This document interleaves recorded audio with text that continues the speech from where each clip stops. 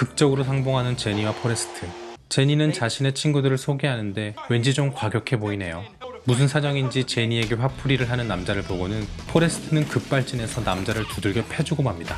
이 장면은 영화에서 처음이자 마지막으로 포레스트가 누군가에게 심하게 화를 내는 장면입니다. 자신의 소중한 사람을 위해서는 물불 가리지 않고 몸을 내던지는 지극히 상남자스러운 포레스트가 멋지네요. 그렇지만 제니의 삶은 포레스트의 그것과는 너무 많이 멀어진 듯합니다. 결국 다시 자신의 무리로 돌아가는 제니.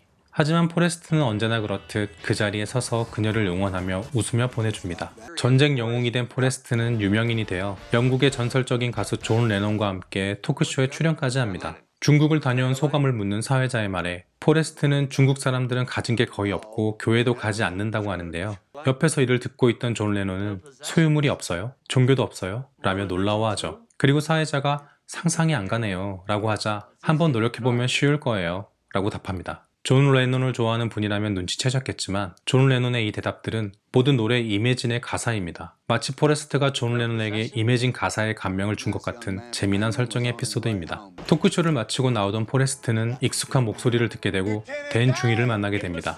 하지만 댄 중이의 몰골은 노숙자나 다름이 없습니다. 두 다리와 함께 삶의 의욕을 잃어버리고 신을 원망하며 술에 의존하는 삶을 살고 있죠. 새해를 알리는 종이 울리자 술집에 모인 모든 사람들이 환호하며 서로를 축복하지만 공허한 눈빛으로 마치 다른 공간에 있는 듯한 댄 중이. 그리고 또 한 명의 인생의 나락을 경험하고 있는 이가 있었으니 바로 제니입니다.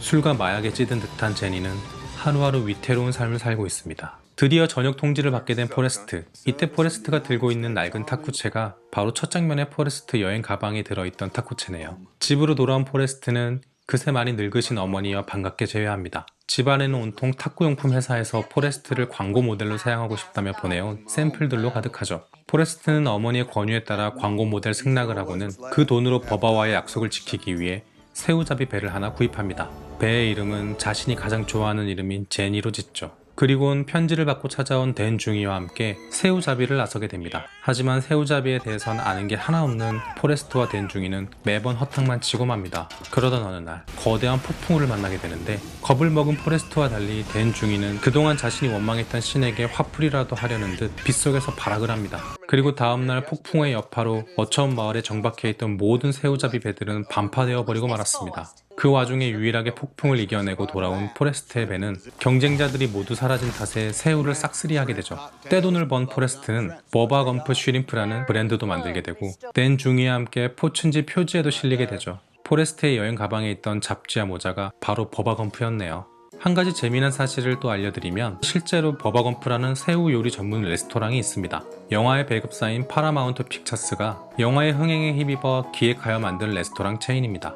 저는 오래전에 미국 샌프란시스코에 여행을 갔다가 피어 39라는 선착장에 있는 레스토랑을 찾아가서 식사를 해본 적이 있습니다. 가장 인상 깊었던 것은 각 테이블마다 작은 표지판이 놓여져 있다는 것입니다. 평상시에는 스탑 포레스트 스탑이라고 표시된 빨간 표지판이 보이게 놓여져 있는데 런 포레스트 런이라는 파란색 표지판으로 바꿔놓으면 알아서 웨이터가 그걸 발견하고 제 테이블로 왔던 기억이 새록새록 나네요. 포레스트 검프를 좋아하시는 분이라면 꼭 한번 방문해 보시기를 추천드립니다. 그렇게 오늘도 댄 중이와 새우잡이 배 위에서 시간을 보내고 있던 포레스트는 어머니가 위독하시다는 무전을 받고는 곧장 달려갑니다. 병상에 누운 어머니를 본 포레스트는 앞으로 어떻게 살아야 할지 어머니에게 묻게 되고 어머니는 포레스트에게 인생은 어떤 것이 걸릴지 모르는 한 상자의 초콜릿과 같다는 명언을 남겨줍니다. 그렇게 어머니는 돌아가시고 포레스트는 버바 검프로 벌어들인 수입 중 절반을 버바의 어머니께 드립니다. 생전에 버바가 전역하면 새우잡이 배를 같이 타자며 수익을 5대5로 나누자는 약속을 그대로 지킨 것이죠.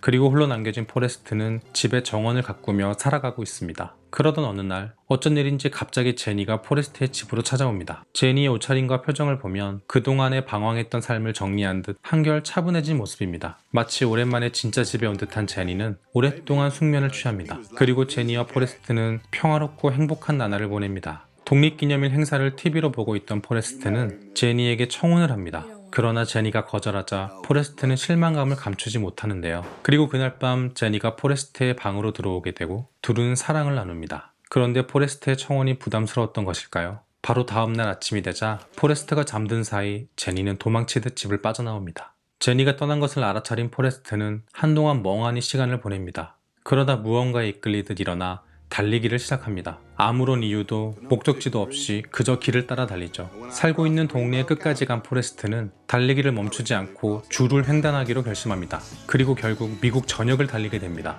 그렇게 포레스트는 자신의 세 번째 재능인 지치지 않고 오래 달리기를 시작합니다. 이 장면에도 재미난 사실이 하나 숨어 있는데요. 영화 촬영 당시 촬영 스케줄이 아주 빡빡했다고 합니다. 그래서 이 장면을 찍을 땐 톰 행크스가 비행기를 타고 장소를 이동하며 촬영하기도 했다는데요. 그럼에도 톰 행크스가 모든 장면을 소화하기엔 무리가 있어서 포레스트가 멀리 보이는 장면에서는 톰 행크스의 동생인 짐 행크스가 포레스트의 대역을 맡아 달리기를 했다고 하네요. 무려 2년이 넘는 기간 동안 하루도 쉬지 않고 달리는 포레스트는 뉴스에까지 나오며 매우 유명해집니다. 많은 사람들이 포레스트가 달리는 이유를 궁금해하고 여러가지 의미를 부여하지만 포레스트는 단지 아무 이유 없이 달리고 있을 뿐입니다. 제니의 생각을 하면서 말이죠. 결국 포레스트의 의중과는 상관없이 모든 것의 해답을 알고 있는 메시아처럼 믿고 따르는 무리까지 생겨납니다. 그렇게 장장 3년 2개월을 달린 포레스트는 사막길 한가운데서 드디어 멈춰서게 됩니다. 그를 따르던 무리들은 포레스트가 무언가 큰 가르침을 줄 것이라고 기대하고 바라보지만 그저 달리기에 지친 포레스트는 단지 집으로 돌아가려는 것이었죠. 그렇게 집에 돌아와 쉬고 있던 포레스트에게 제니의 편지가 한 통 도착합니다. 그렇게 영화는 다시 첫 번째 장면으로 되돌아갑니다. 포레스트는 제니의 주소를 찾아가기 위해 버스 정류소에 앉아 있었던 것이죠. 옆에서 줄곧 이야기를 들어주던 아주머니는 주소를 확인하더니 버스를 탈 필요도 없이 이 길로 쭉 따라 내려가면 집이 나온다고 알려줍니다. 그 얘기를 듣자마자 한 걸음에 달려가는 포레스트. 드디어 그토록 고대하던 제니와 만나게 됩니다. 그동안 포레스트의 모습을 스크랩한 앨범을 보여주는 제니. 그리고 제니가 소개해주는 꼬마 아이가 있습니다. 그 아이의 이름은 바로 포레스트.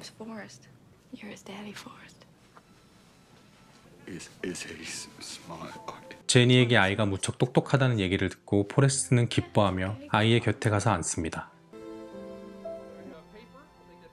자신이 불치병에 걸린 사실을 털어놓는 제니. 포레스트는 그런 제니에게 자신이 돌봐줄 테니 같이 살자고 제안하고 제니는 포레스트에게 청혼을 합니다. 그렇게 제니와 포레스트는 결혼을 하게 됩니다. 둘의 결혼을 축하하러 와준 댄 중의 모습은 너무나 깔끔한 모습입니다. 게다가 자신의 약혼녀와 함께 나타난 것을 보면 댄 중이도 인생의 의미를 되찾고 새 삶을 살고 있는 듯하네요. 사람들의 축하 속에 단촐한 결혼식을 올리는 제니와 포레스트. 제니와의 결혼식 이후 포레스트의 외모에는 한 가지 작은 변화가 생기는데 그것은 바로 혀체 단추입니다. 영화 내내 혀체의 모든 단추를 꽉 채웠던 포레스트가 제니와의 결혼식 이후에 등장하는 장면에서는 가장 윗단추 하나를 풀고 있는 모습을 볼 수 있습니다. 꽉 채워진 단추만큼이나 우직하고 조금은 답답해 보이기도 했던 포레스트가 이제는 조금 홀가분한 마음으로 세상을 살아갈 수 있을지도 모르겠다는 기대도 하게 됩니다. 하지만 제니와의 결혼 생활은 그리 오래가지 못합니다. 제니의 무덤 앞에서 제니에 대한 그리움을 숨기지 못하는 포레스트. 그리고 아이가 너무나 똑똑하다며 둘이 잘 지내고 있다고 제니에게 이야기해주고는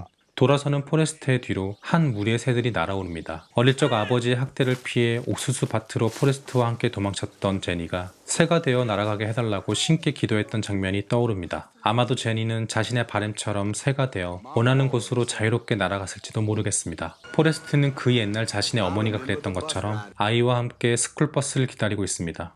할머니가 아버지에게 읽어주시던 큐리어스 조지 동화책을 발표 시간에 보여주겠다는 기특한 아이.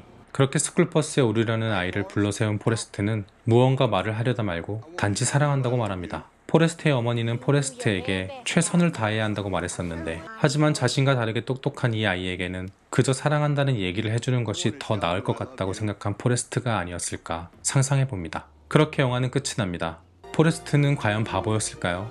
Stupid is as stupid does라는 대사처럼 지능과 상관없이 바보짓을 하는 사람이 바보라면 포레스트의 행동들을 돌이켜보면 판단할 수 있지 않을까요? 저는 개인적으로 포레스트가 영화에서 보여주었던 많은 행동 중에 바보 같았던 것은 하나도 없었던 것 같습니다. 영화를 보실 수 있는 링크는 설명란에 소개해 두었습니다. 영상이 재미있으셨다면 구독과 좋아요, 알림 설정까지 꼭 부탁드립니다. 그럼 다음 영상에서 다시 뵙겠습니다. 고맙습니다.